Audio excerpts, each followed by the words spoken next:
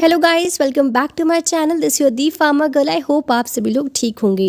Guys, आज की video B farm 6M वाले बच्चों के लिए बहुत ज़्यादा इंपॉर्टेंट होने वाली है, क्योंकि आज की वीडियो में हम डिस्कस करेंगे बायो फार्मास्यूटिक्स के यूनिट वाइज इंपॉर्टेंट टॉपिक जो आपके एग्जाम में बहुत बार रिपीट होते हैं और जो बहुत इंपॉर्टेंट टॉपिक है।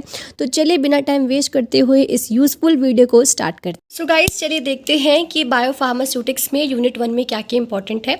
इसको स्टार्ट करने से पहले मैं आपको एक बात बता दूं कि देखिए, बायो फार्मास्यूटिक्स में यूनिट 1 और यूनिट 2 ये दोनों यूनिट्स बहुत इंपॉर्टेंट है, तो इनको आप स्किप करने का तो बिल्कुल भी मत सोचना।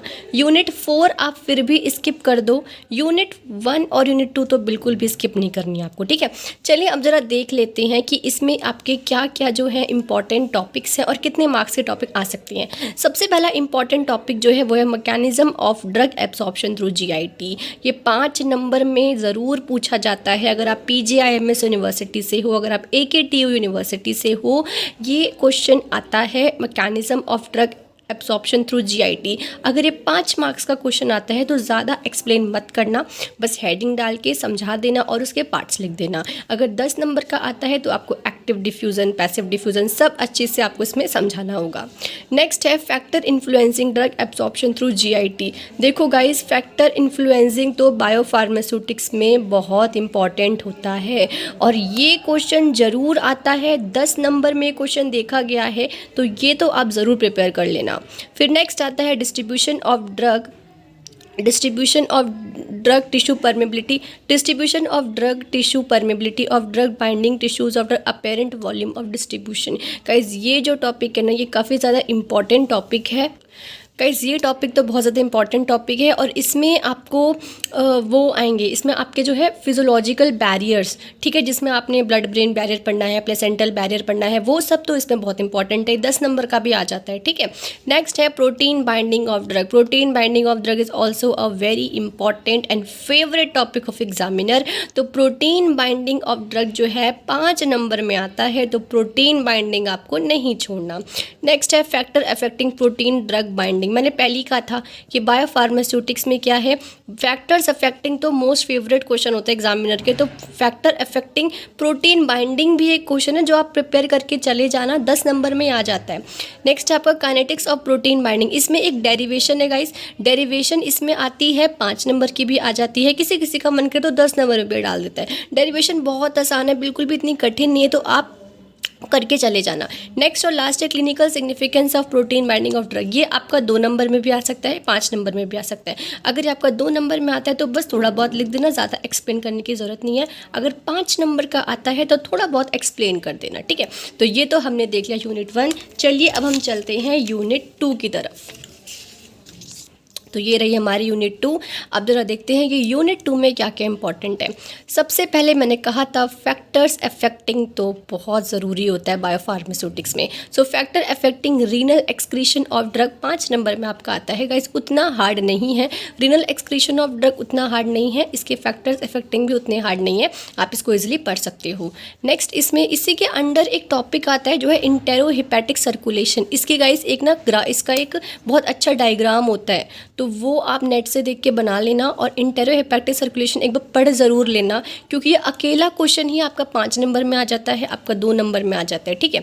ओके, नेक्स्ट है बायो अवेबिलिटी की डेफिनेशन। बायो अवेबिलिटी की डेफिनेशन 2 नंबर में बहुत बार पूछी जा चुकी है, तो बायो अवेबिलिटी की डेफिनेशन तो आप ज़रूर पढ़ लेना। नेक्स्ट है आपका absolute and relative बायोबिलिटी। Absolute and relative बायोबिलिटी का जो डिफरेंस बहुत इंपॉर्टेंट है कि ये दोनों क्या होते हैं, इनकी डेफिनेशन बहुत इंपॉर्टेंट है कि इन दोनों की डिफाइन क्या करती है। नेक्स्ट इसमें एक छोटा सा फॉर्मूला भी है इसका, वो आप इसको डिराइव, थोड़ा जो हल्का सा डेरिवेशन है, ज़्यादा नहीं है, बस फॉर्मूला आपको याद होना चाहिए कि एब्सोल्यूट और रिलेटिव बायोबिलिटी का फॉर्मूला क्या होता है। नेक्स्ट है आपका measurement of बायोबिलिटी। Yes, measurement of bio availability भी बहुत important. So guys, yes, measurement of bio availability आपका 5 नंबर में आ जाता है। इसमें आपको फार्माकोकाइनेटिक्स, फार्माकोडायनेमिक्स दोनों समझाना है। अगर 5 नंबर में आता है तो ज़्यादा मत बताना, थोड़ा थोड़ा बता देना, ठीक है, क्योंकि टॉपिक थोड़ा बड़ा है तो उसको 5 नंबर के हिसाब से आप पढ़ लेना। 10 नंबर के हिसाब से आना उतना मुश्किल होता है, मतलब उतना आई थिंक 10 नंबर के हिसाब से आना नहीं चाहिए, बट 5 नंबर के हिसाब से आप इस टॉपिक को पढ़ लेना। नेक्स्ट और बहुत ज़्यादा इंपॉर्टेंट, हर यूनिवर्सिटी देती है, हर एग्ज़ाम में आता है, हर साल रिपीट होता है, वो है आपका IVIVC। जो बहुत इंपॉर्टेंट होता है, 10 या 5 नंबर में आ जाता है। इस टॉपिक को गाइस आप बिल्कुल भी मत स्किप करना, इट्स वेरी इंपॉर्टेंट टॉपिक, ठीक है। फिर आपके इंपॉर्टेंट और मोस्ट इंपॉर्टेंट डिसोल्यूशन मॉडल्स आते हैं, जिसमें आपको टाइप 1, टाइप 2, टाइप 3 के हिसाब से पढ़ना होता है।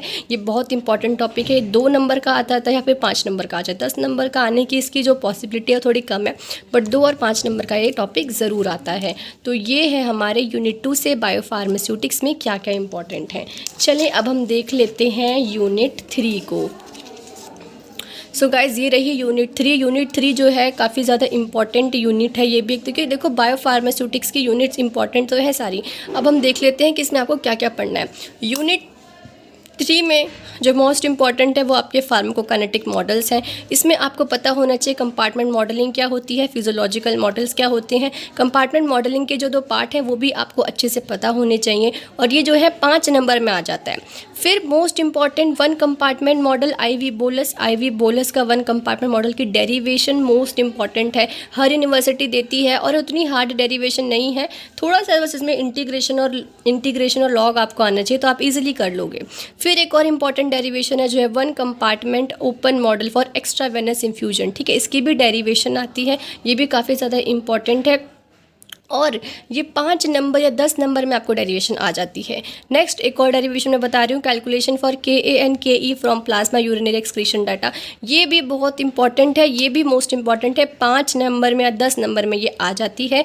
ऐसे आप लोग सोच रहे होंगे कि मैंने एक्स्ट्रा वस्कुलर वाली डेरिवेशन क्यों नहीं डाली, क्योंकि एक्स्ट्रा वस्कुलर वाली डेरिवेशन इतनी ज़्यादा आ नहीं रखी है, तो अगर आपका मन करे तो आप कर लेना, बाकी कोई बात नहीं, ये टॉपिक्स तो आप ज़रूर करके जाना।